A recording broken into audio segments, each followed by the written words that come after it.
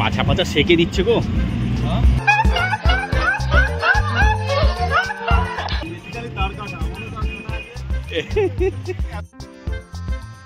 गजब बेइज्जती है।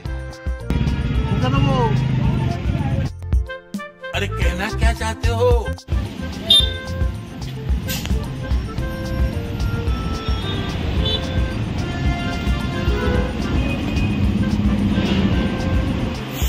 পাছা পাছা সেকে দিচ্ছে গো। পাছা পাছা সেকে দিচ্ছে গরমে।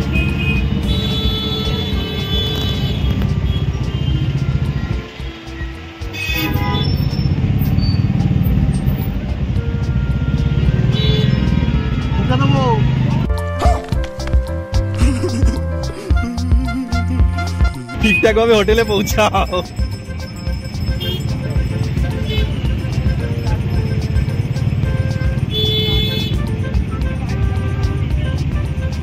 কত কত কনফিডেন্ট তোমার উপর দেখেছো। তুমি নিজে কনফিডেন্ট নাও, কিন্তু তোমার উপর কত কনফিডেন্ট।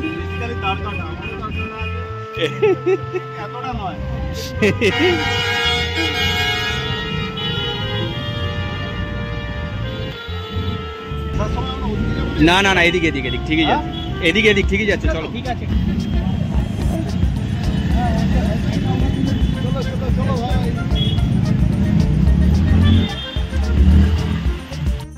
ভেরি রিসেন্ট আমরা করবেট ট্রিপে গেছিলাম।